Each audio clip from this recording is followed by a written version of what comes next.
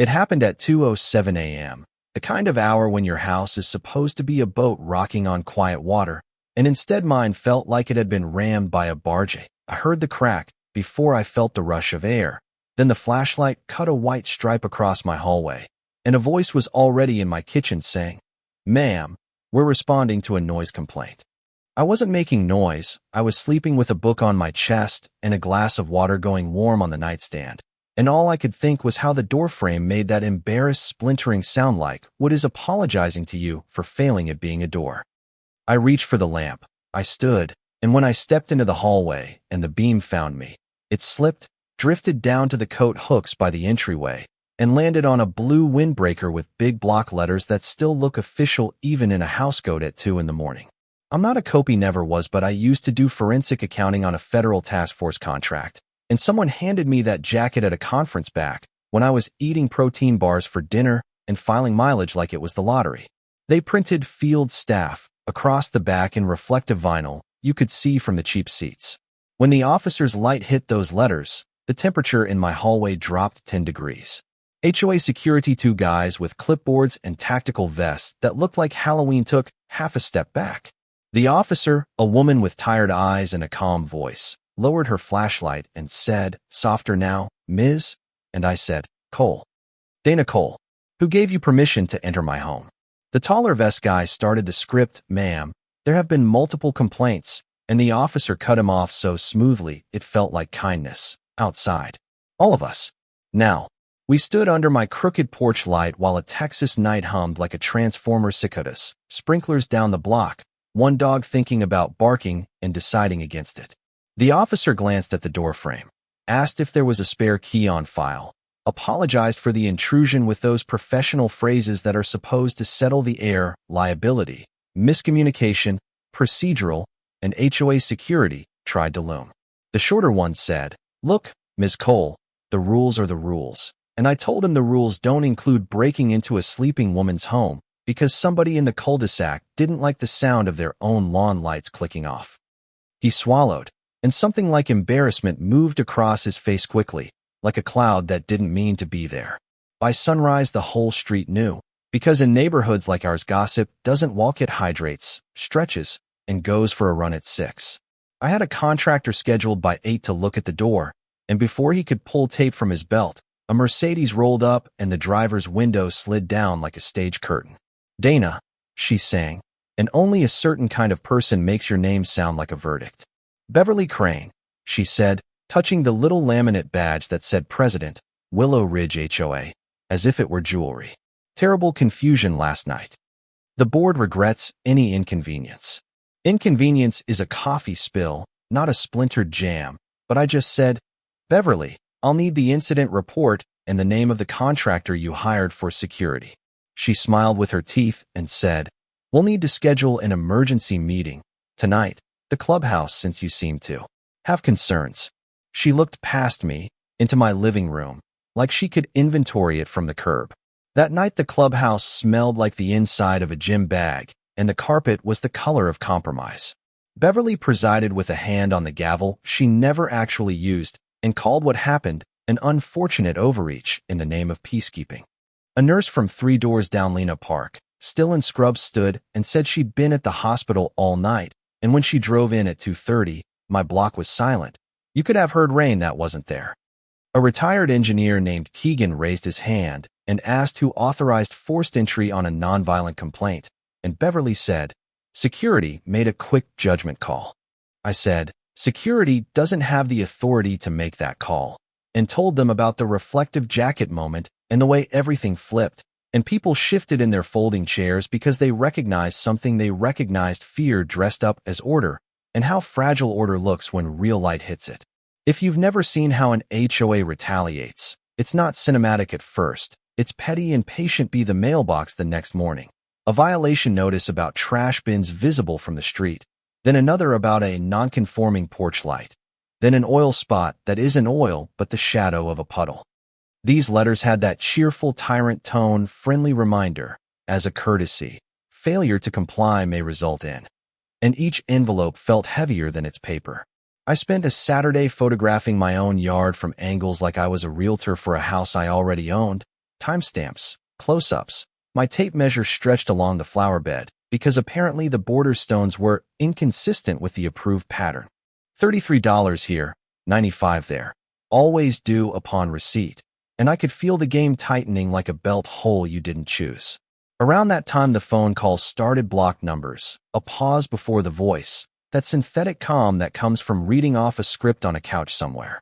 You don't belong here, one said, almost politely, like they were offering directions. I recorded everything.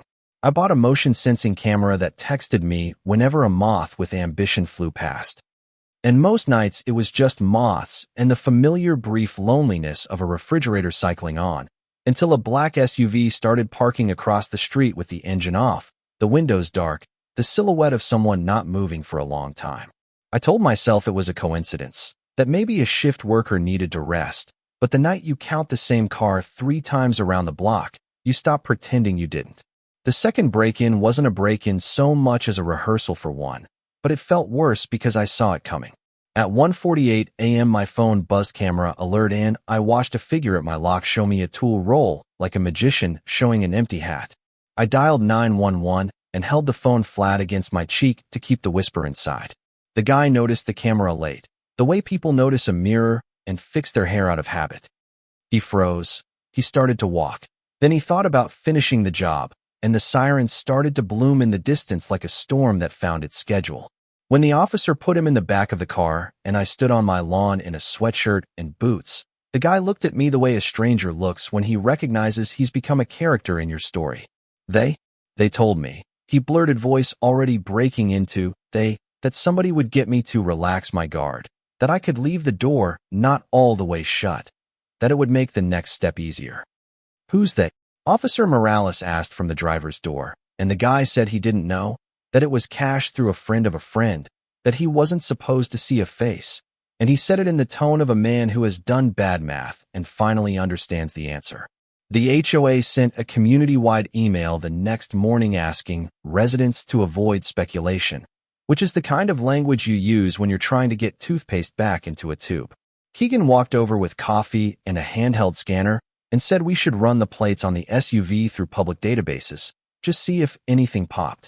It died a security firm out of Garland that contracted with events and malls and anyone with a fear budget. Meanwhile, Beverly found a new gear, and it was PR. She organized a Keep Willow Ridge Safe march that was basically 5 people with signs who got bored after 20 minutes. But it gave her photos for the Facebook group and a chance to say my name into a megaphone in a way that made it sound like litter. A friend at the hospital gave me a number for a civil rights attorney named Victor Salgado, a man with a voice like gravel and a memory for dates that made me believe in reincarnation. He listened to the story without interrupting, then said, "They think court is a place where they can make you small. Our job is to make the room the right size again." He filed, and suddenly I wasn't playing defense. I was inviting discovery mails, contracts, the security firm's invoices, the incident reports that never expected to meet oxygen. The morning of the hearing, the courthouse smelled like paper and anxious breath.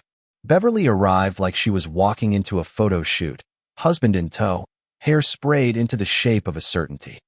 Our side was smaller but steadier. Lena in a navy blazer she probably wears when she advocates for patients, Keegan with a binder tabbed like a science fair, Officer Morales lingering in the hallway like a witness who understands the value of restrained gravity.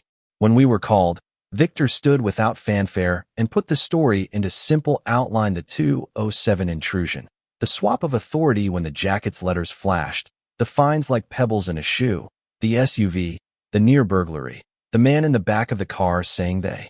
Beverly's lawyer tried to reframe me as a chronic complainer, someone unsuited to communal life, a phrase that tasted like old milk even as he said it. He called a witness Beverly's husband, Richard, who claimed there had been a series of late-night gatherings at my house and that he'd attended an HOA briefing where security was instructed by Officer Morales on how to handle me. Victor didn't even raise his voice. He called the intruder by name from the arrest record, a man who had now pled to lesser charges, and introduced the part of the statement where he mentioned payment and friend of a friend. Victor gestured toward the invoices from the security firm for special services, dated the week before the first intrusion, and the attorney on the other side objected so loudly it sounded like relief. The judge sustained part of it, let in enough to draw a line a reasonable person could see, and that was all the room needed. I watched Beverly straighten the papers in front of her over and over, as if perfect columns of text could correct the shape of what had just been said out loud. We didn't win that day. The system likes to take its time, but we didn't lose. And sometimes not losing is what victory looks like when it's still wet concrete. Outside on the steps, reporters from 2 local stations asked for quotes. I kept it boring and true. I want to feel safe in my own home, while Victor said, sunlight helps. Beverly left out the side door, and I swear, for a second, she looked tired in a way makeup can't fix, the way a person looks when they realize they've mistaken control for community and can't tell the difference anymore. I wish the story ended there, with a tidy bow and a check to replace a door, but this is America, and HOAs have lawyers on retainer and time to kill.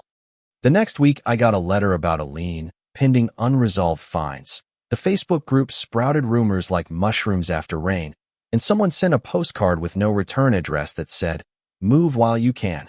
I made copies for the file, put new bulbs in the porch light, and bought plants for the flower bed that matched the approved pattern to the inch because you can fight and garden at the same time. Keegan built me a door sensor that chimes in a gentle, almost cheerful way when it opens, like the front of a small-town hardware store. Lena leaves me coffee on the porch on days she gets off a night shift, and we sit a few feet apart like 2 sailors on different ships exchanging signals. And we talk about everything except how the neighborhood feels like a room where someone keeps turning the dimmer just a little lower each week. People ask why I don't just sell. I could, maybe, in a year, when the market is right and the court calendar has done what calendars do. But the truth is more stubborn. I loved this house when I first walked in and saw the light in the kitchen at 4 in the afternoon. It's a small thing, that light, but it hit the counter like an invitation, and every time I think about leaving, I remember that feeling, the way a place chooses you back. And there's something else. See, if I walk away now, the story gets told without me, and I've seen what happens when the wrong narrator gets the mic. So here I am, speaking into mine. Maybe you've dealt with a board that confused authority with decency. Maybe you've felt the soft push of a neighborhood trying to decide who counts as a neighbor. Maybe you've been the person who kept records when everyone told you to calm down. I'm not a hero. I'm a woman with a folder full of receipts and a porch light that I check twice. I learned that power is allergic to documentation, that bullies prefer whispers to transcripts, and that some rooms only change size when you stand up inside them and refuse to sit down again. And if you're wondering how this ends, I'm wondering that too. Maybe the security firm turns over an email that rhymes with a confession. Maybe the judge writes an opinion that makes its way into a training binder somewhere. Maybe Beverly steps down and says something about family time. Or maybe the smear gets louder, the fines get stranger, the liens stack like dishes in a shared sink no one wants to wash. Either way, the camera is still on, the porch light's still warm, and my name is still on the deed. Tell me what you think. Who's right, who's wrong, what counts as keeping a community safe, and what's just control dressed in khaki. Drop a comment with the wildest HOA move you've seen, the line where inconvenience becomes intimidation, the moment a neighborhood stopped feeling like Homer started to again. If this made you angry, share it. If it made you hopeful, share it louder. And if you've got advice for the next round court, boardroom, or front porch, leave it below, because this isn't just my story anymore. It's a lot of people's, and the ending we get might depend on who's telling it.